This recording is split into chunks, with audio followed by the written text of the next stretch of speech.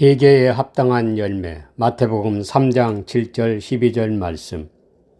유한이 많은 바리새인들과 사두개인들이 세례 베푸는 데 오는 것을 보고 이르되, 독사의 자식들아, 누가 너희를 가르쳐 임박한 진노를 피하라 하더냐.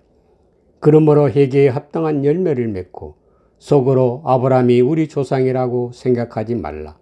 내가 너희에게 이르노니 하나님이 능히 이 돌들로도 아브라함의 자손이 되게 하시리라. 이미 도끼가 나무 뿌리에 놓였으니 좋은 열매 맺지 아니하는 나무마다 찍혀 불에 던져지리라. 나는 너희로 회개하게 하기 위하여 물로 세례를 베풀거니와 내 뒤에 오시는 이는 나보다 능력이 많으시니 나는 그의 신을 들기도 감당하지 못하겠노라.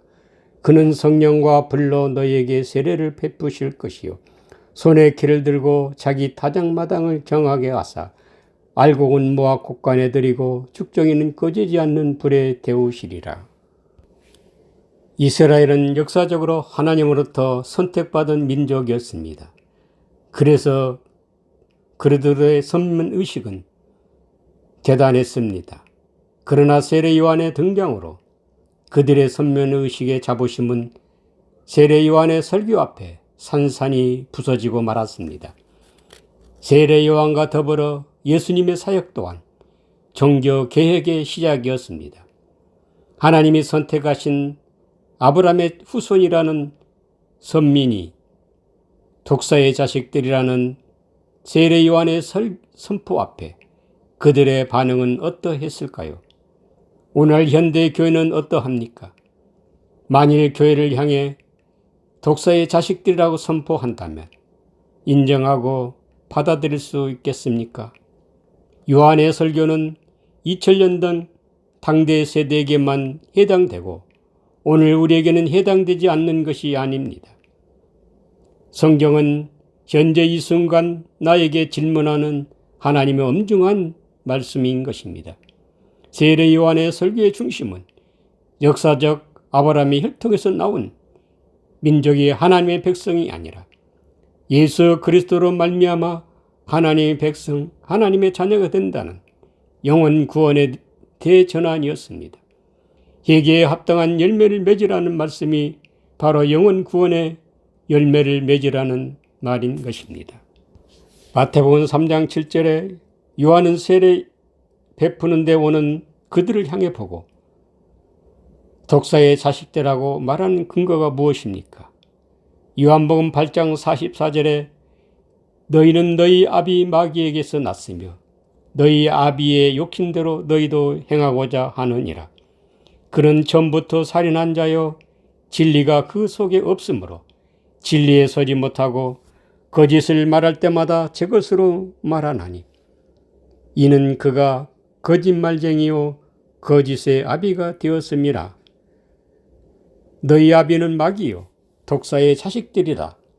그는 처음부터 살인한 자요 그 속에 진리가 없으므로 거짓의 아비다.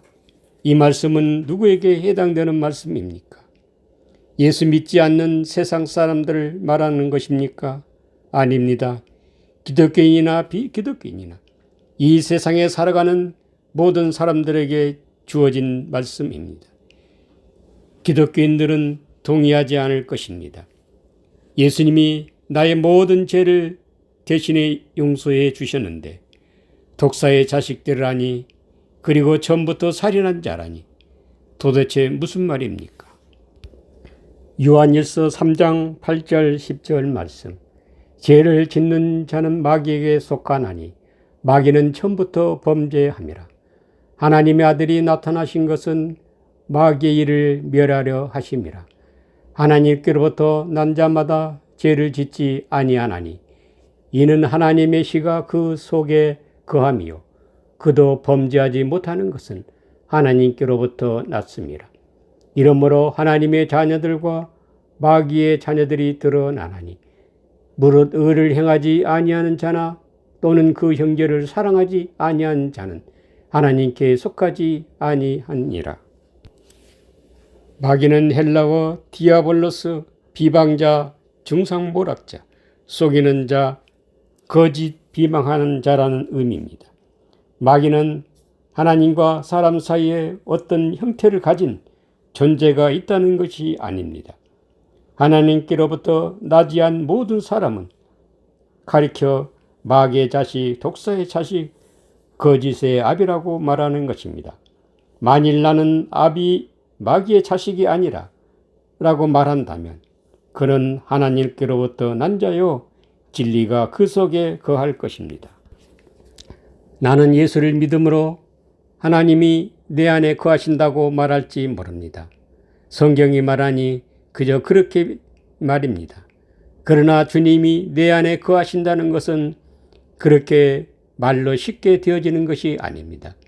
우리는 하나님 앞에 좀 더 겸손해야 할 것입니다. 그렇지 않으면 말씀 속에서 그리스도를 만날 수 없습니다.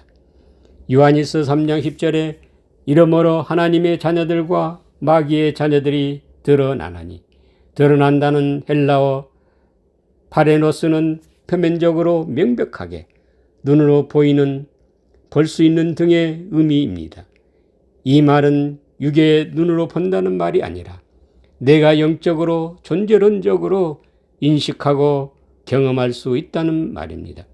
하나님의 자녀와 마귀의 자녀는 내 한 사람 안에 일어나는 사건입니다. 하나님께서 사람을 창조하실 때 본래 남자와 여자를 창조하시고 이 둘이 한 육체가 되도록 창조하셨습니다. 그리고 이 둘이 한 몸이니 사람이 나누지 못한다 하셨습니다. 여기서 남자는 생명의 실을 가진 하나님의 자녀 예수 그리스도를 의미합니다. 그리고 여자는 육신에 속한 마귀의 자녀라고 말합니다. 본래는 남자와 여자는 하나님이 보시기에 좋았더라는 예수 그리스도와 연합된 온전한 상태의 하나님의 자녀로 창조되었던 것입니다. 그러나 인간이 이 세상에 태어나는 순간 하나님의 형상이시며 영생이신 예수 그리스도에게서 떨어져 나와 둘로 분리됨으로써 하나님의 형상이신 예수 그리스도를 상실하고 영생 없음의 죽음 네크로스로 죽었던 것입니다. 이런 상태의 모든 인간을 가리켜 마귀의 자식, 독사의 자식, 전부터 살인한 자라고 말하는 것입니다.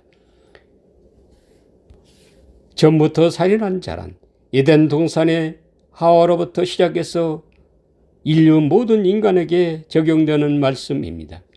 살인이란 하나님의 형상이시며 영생이신 남자이신 예수 그리스도에게서 떨어져 둘로 분리됨으로써 영생을 상실했습니다. 예수 그리스도의 생명을 상실하게 된 것이 살인이라고 말하는 것입니다. 하나님이 짝지어 주신 생명의 씨 가진 남자 예수 그리스도를 잃어버렸습니다. 그래서 사도 바울은 에베소 2장 1절에 허물과 죄로 죽었다고 말합니다. 허물이라는 헬라어 파라토마 파라피토는 곁에 떨어져 나가다 분리되다, 어떤 것으로부터 떨어져 나간 상태를 의미합니다. 하나님이 짝지어 주신 하나님의 형상이시며 영생이신 예수 그리스도에게서 떨어져 나와 둘로 분리됨으로써 우리의 영혼은 영생 없음의 죽음 네크로스로 죽었다고 말하는 것입니다. 예수 그리스도께서도 요한복음에서 이렇게 말씀하셨습니다. 나는 포도나무에 너희는 가지니 나를 떠나서는 아무것도 할 수 없다고 말입니다. 기독교 신앙의 출발은 세례 사건을 통해서 내가 어떤 존재인가를 인식하면서부터 시작되는 것입니다. 다시 말하면 하나님의 구원 언약에 작동되는 순간부터입니다. 세례 사건도 언약도 이미 작동되고 있습니다. 다만 우리가 믿음으로 붙잡지 못하고 있을 뿐입니다. 하나님의 언약은 세례라는 십자가 표정을 통해서 하나님의 계시가 나타나는 사건입니다. 예수 그리스도께서 떨어져 나와 허물로 죽었던 영혼에게 예수 그리스도께서 살아나심으로 네크로스로 죽었던 영혼이 살아나게 됩니다. 이렇게 죽었던 영혼이 살아남으로써 그때 비로소 예수 그리스도에게서 떨어져 나와 둘로 분리된 것을 발견하게 되는 것입니다. 이렇게 둘로 인식되는 것을 요한일서 3장 10절에 이러므로 하나님의 자녀들과 마귀의 자녀들이 나타난다고 말합니다. 여기서 하나님의 자녀는 내 속사람 예수 그리스도께서 살아나심을 말합니다. 그리고 마귀의 자녀는 겉사람의 영혼이 살아남으로써 인식할 때 마귀의 자녀라 말하는 것입니다.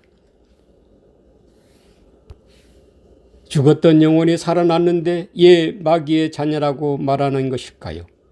우리의 영혼이 네크로스로 죽어 있을 때는 우리 영혼이 죽었는지 예수 그리스도께서 떨어져 나와 분리된 것인지 깨닫지 못합니다. 그러나 우리의 영혼이 살아남으로써 그때 내 영혼이 그리스도에게서 떨어져 나와 영생 없음의 죽음 네크로스로 죽은 것을 그때 비로소 발견하게 되는 것입니다. 그리고 우리는 여전히 내 속사람 예수 그리스도와 둘이 분리된 상태로 있는 것입니다. 그래서 마귀의 자녀라 말하는 것입니다.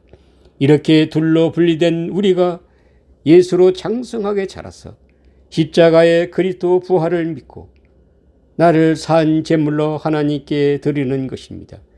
그리고 내 안에 그리스도 부활과 더불어 그때 비로소 예수 그리스도와 둘이 한 몸을 이루어 구원이 성취되는 것입니다. 로마서 6장 5절에 만일 우리가 그의 죽으심과 같은 모양으로 연합한 자가 되었으면 또한 그의 부활과 같은 모양으로 연합한 자도 되리라.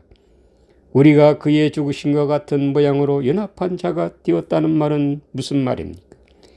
예수님과 같이 장성한 예수로 연합되어 죽어야 그와 같은 모양으로 우리 또한 부활과 연합된다는 말입니다. 오늘날 교회는 어떠합니까? 예수님이 내 죄를 대신하여 죽어주심으로 나의 모든 죄가 용서받고 구원 얻었다고 말합니다. 전혀 그렇지 않습니다. 예수와 같은 모양으로 장성하게 자라서 십자가의 산 제물로 들어져야 내 안에 그리스도 부활이 오는 것입니다. 이것이 성령 세례요. 이것이 성령 세례입니다. 이러한 구원의 길을 가라고 허물로 죽은 우리 영혼을 살려주신 것입니다. 우리가 물세례 십자가 대속의 은혜로 죽었던 영혼이 살아났습니다. 그리고 예수 이름을 양자로 상속받은 것입니다. 중보자 예수 이름으로 우리가 예수가 되어 예수로 장성에 양육되어 내 안에 그리스도의 부활을 믿고 나를 하나님께 산 제물 다나토스 제물로 드리는 것입니다. 요한일서 3장 15절 16절 말씀. 그 형제를 미워하는 자마다 살인하는 자니 살인한 자마다 영생이 그 속에 거하지 아니하는 것을 너희가 아는 바라. 그가 우리를 위하여 목숨을 버리셨으니 우리가 이로써 사랑을 알고 우리도 형제를 위하여 목숨을 버리는 것이 마땅하니라. 형제를 미워하는 자마다 살인한 자라는 말이 무슨 말입니까? 육신의 혈육, 형제 자매를 말하는 것이 아닙니다. 우리는 하나님께서 예수 그리스도와 둘이 한 육체로 창조하셨습니다. 그래서 우리는 예수 그리스도의 쌍둥이 형제 자매인 것입니다. 그래서 여기서 형제를 미워하는 자는 우리 자신을 말합니다. 16절에 그가 우리를 위하여 목숨을 버리셨으니 우리가 이로써 사랑을 알고 우리도 형제를 위하여 목숨을 버리는 것이 마땅하니라. 형제를 미워하는 자는 살인하는 자라는 말은 우리가 우리 형제 자매인 예수 그리스도를 위하여 목숨을 버리지 못하는 것이 예수 그리스도를 살인하는 것입니다. 예, 그렇을까요? 예수 그리스도께서 우리 죄를 대신하여 죽어주셨습니다. 그리고 그리스도 생명을 우리에게 넘겨주셨습니다. 모든 각 사람에게는 그리스도 생명은 오직 하나뿐입니다. 오늘 우리가 이 생명이 있습니까? 또는 이 생명을 존재로 인식하고 있습니까? 예수 그리스도는 그의 죽으심으로 하나님의 아들의 이름 중보자 예수 이름을 양자로 상속시켜 주셨습니다. 이 예수 이름으로 구원을 이루라고 말입니다. 우리는 이 예수 이름, 예수 신분으로 장성하게 자라서 네 안에 그리스도 부활을 믿고 나를 예수로 하나님께 산 제물로 드리는 것입니다. 이것이 형제를 위하여 목숨을 버리는 것입니다. 우리가 예수로 죽지 않으면 내 안에 그리스도 부활은 오지 않습니다. 이것은 또한 그리스도를 살인하는 것입니다. 십계명에서 살인하지 말라는 말씀도 이 말씀을 말하는 것입니다.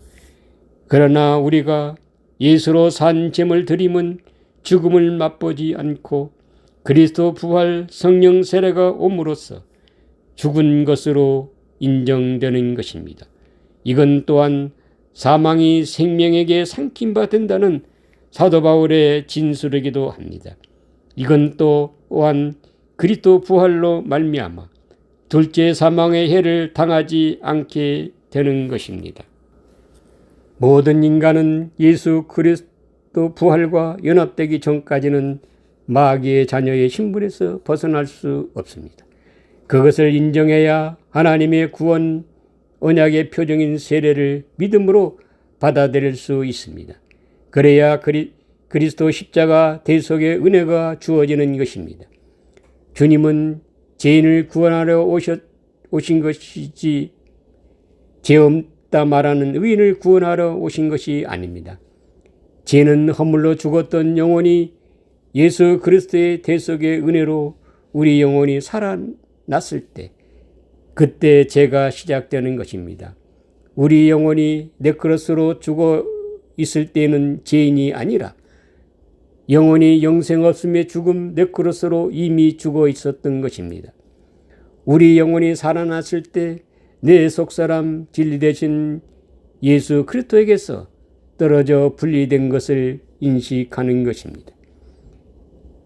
예수 그리스도의 말씀이 내 속에서 작동됨으로써 죄를 자백하게 되는 것입니다. 이것이 세례 요한이 말하는 죄 사함을 받게 하는 회개의 세례인 것입니다.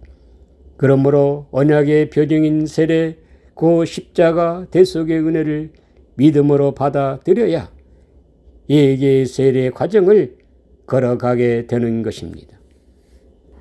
요한복음 8장 23절 24절 말씀.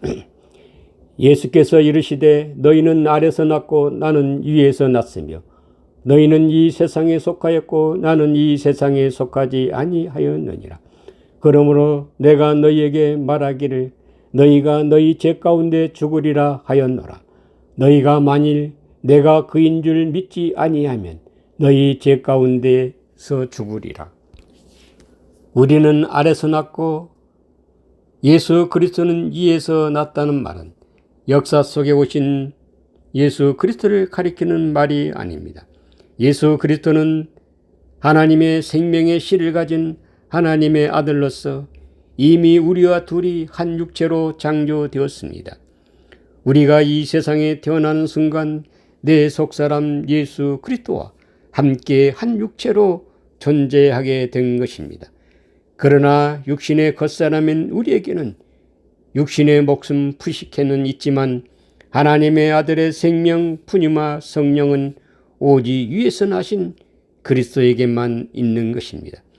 그래서 24절에 너희가 만일 내가 그인 줄 믿지 아니하면 너희 죄 가운데서 죽으리라 하셨던 것입니다. 나와 쌍둥이 형제 자매로 둘이 한 육체로 거하시는 내 속사람 예수 그리스도를 우리가 인식하고 믿으려면 언약의 세례, 십자가 대속의 은혜를 믿고 순종하는 것입니다. 세례 요한이나 사도 바울처럼 물과 성령 세례를 우리가 직접 경험하였다면 이렇게 지루하게 설명할 필요 없이 내 우편에 예수 그리스도를 존재로 인식하고 나에게는 영생이 없는 마귀의 자식이라고 고백이 나올 수밖에 없을 것입니다. 마태복음 12장 33절 35절 말씀. 나무도 좋고 열매도 좋다 하든지 나무도 좋지 않고 열매도 좋지 않다 하든지 하라. 그 열매로 나무를 아느니라. 독사의 자식들아, 너희는 악하니 어떻게 선한 말을 할 수 있느냐. 이는 마음에 가득한 것을 입으로 말함이라.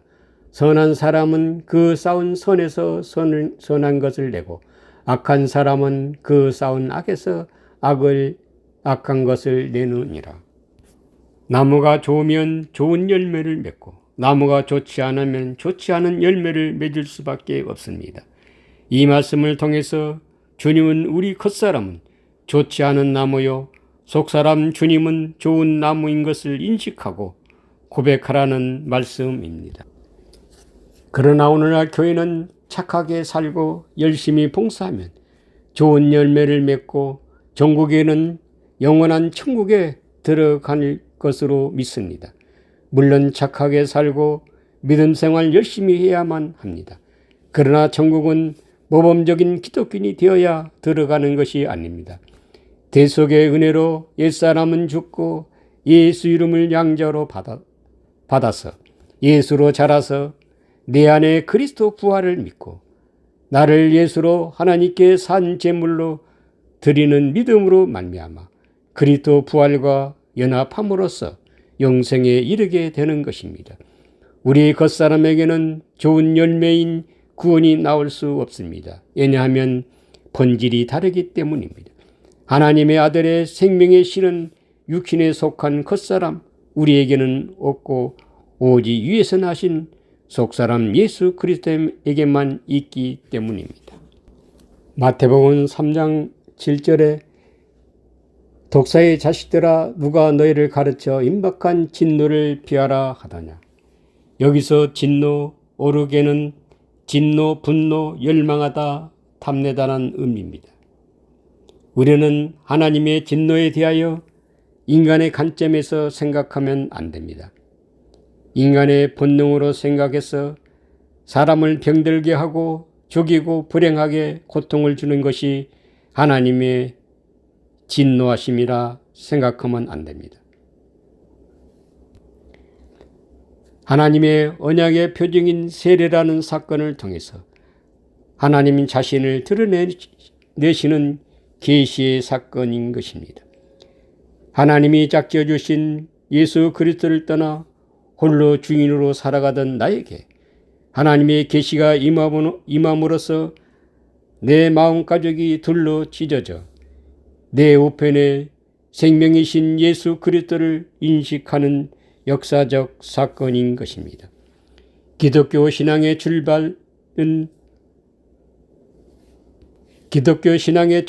구원의 시작은 하나님의 구원 언약의 표징인 세례 사건이 작동되면서부터 시작하는 것입니다. 그러므로 세례 요한의 세례는 복음의 시작이기도 합니다. 세례는 예수와 함께 죽고 예수 그리스도와 함께 살아나심으로 우리가 새 생명 가운데서 살아나는 경이로운 사건입니다.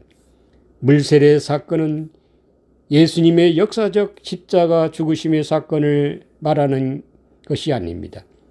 우리가 태어나는 순간 영생이시며 하나님의 형상이신 하나님의 아들의 생명의 씨가 나와 둘이 한 몸으로 창조되어 함께 태어났습니다. 그러나 우리는 그 아들의 생명을 인식하지 못하고 홀로 살아왔습니다. 그러나 허물로 죽은 우리는 내 안에 갇혀 죽은 자로 계신 하나님의 아들 예수 그리스도를 상실함으로써 예수 그리스도는 내 안에서 죽은 자로 계셨던 것입니다. 이것이 예수 그리스도에게는 십자가 죽으심이라 말하는 것입니다. 십자가란 율법 아래 있는 육신의 겉사람을 가리켜 십자가라 말하는 것입니다. 나무에 달린 자마다 저주 아래 있는 자라 하였습니다. 예수 그리스도는 우리가 나면서부터 함께 율법의 나무인 내 안에 달려 계셨던 것입니다.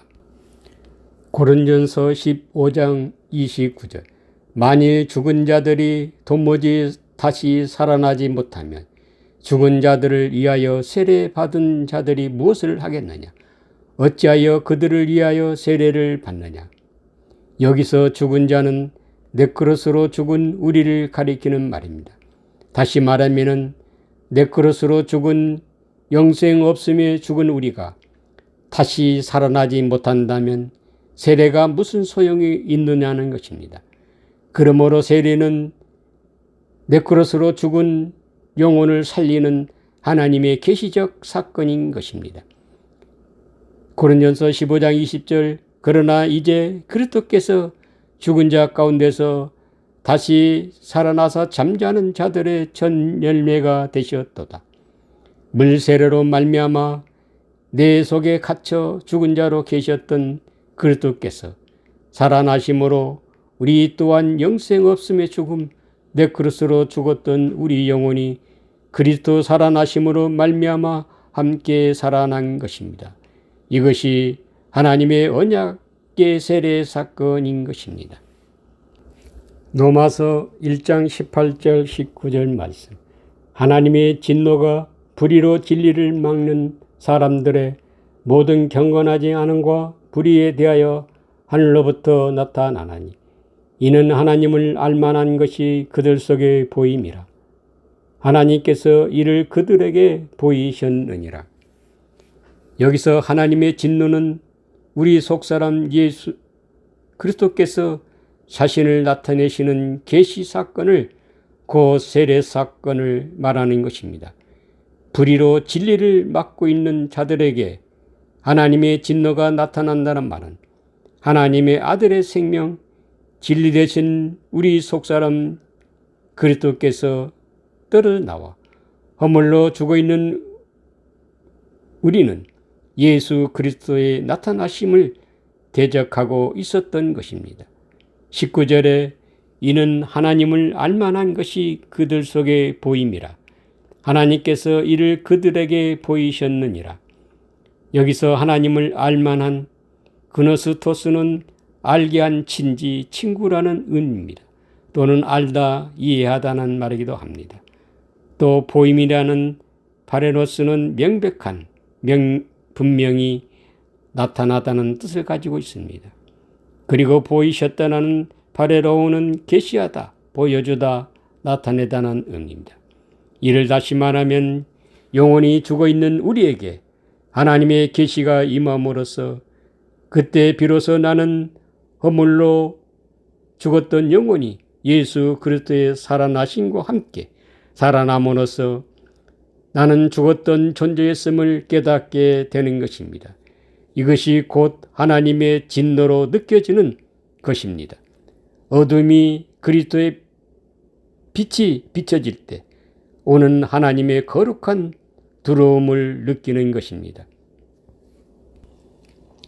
로마서 이 말씀은 허물로 죽은 우리 겉사람 안에서 예수 그리스도께서 살아나시는 세례 사건이며 하나님의 계시가 임하는 역사적 사건인 것입니다. 계시록 6장 12절 17절 말씀. 내가 보니 여섯째 인을 떼실 때에 큰 지진이 나며 해가 검은 털로 짠 상복같이 검어지고 달은 온통 피같이 되며 하늘의 별들이 무화과 나무가 대풍에 흔들려 설익은 열매가 떨어지는 것 같이 땅에 떨어지며 하늘은 두루마기가 말리는 것 같이 떠나가고 각 산과 섬이 제자리에서 옮겨지며 땅의 임금들과 왕족들과 장군들과 부자들과 강한 자들과 모든 종과 자유인이 공과 굴과 산들의 바위 틈에 숨어 산들과 바위에게 말하되 우리에 떨어져 보좌에 앉으신 이의 얼굴에서와 우리 어린 양의 진노에서 우리를 가리라. 그들의 진노의 큰 날이 이르렀으니 누가 능히 서리요 하더라. 이 말씀은 내 안에 예수 그리스도께서 살아나시는 첫째 부활의 사건, 언약의 표징으로서 물세례 사건인 것입니다. 예수 그리스도 첫째 부활과 더불어 네크로스로 죽었던 우리 영혼이 좌우 푸시케로 살아난 영혼이 됨으로써 예수 이름을 양자로 상속받는 대속의 은혜 사건인 것입니다. 그러므로 하나님의 진노는 거룩한 진노로서 구원의 순서에서 제일 먼저 경험해야 할 언약으로서 세례 사건인 것입니다. 하나님 아버지와 우리 주 예수 그리스도의 은혜가 있을지어다. 아멘.